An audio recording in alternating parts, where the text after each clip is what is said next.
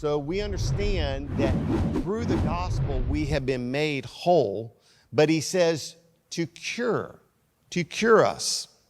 And so I believe he wants to cure us. Now, communion is understanding that we have right here bread. This bread, there's nothing magical about this bread, okay?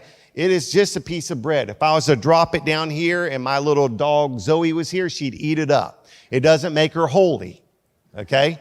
It's just a piece of bread. But something transpires when we partake of the bread. When we place the bread in our mouth, on our tongue, there's a release. It's the body of Christ in us. And there's a healing from sickness. There's a healing from infirmities. There's healing from diseases in communion. Communion is not just, we just look at it as a sacrament of the church. I'm just going to go take communion and remember what Jesus did for me. Those are all good, but there's more to communion. And I want you to understand that every time you take communion. So Jesus said in John 6:48, I am the bread of life. So Jesus is the bread of life. Life.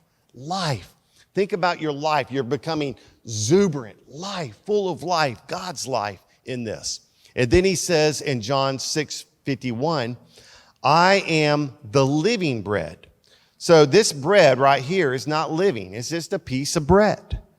But Jesus says, I'm the living bread that came down from heaven.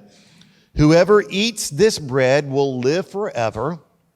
This bread is my flesh, which I will give for the life of the world. So he says, this bread is my flesh.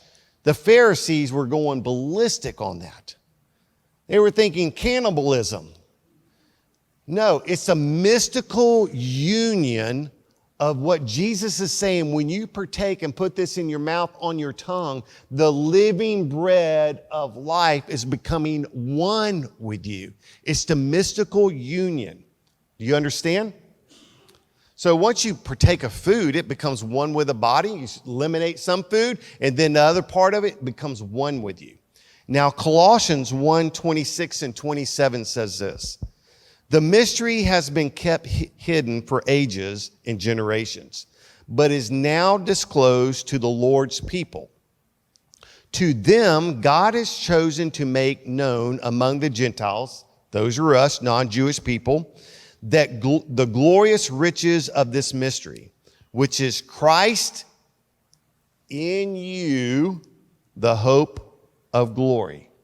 Christ in you.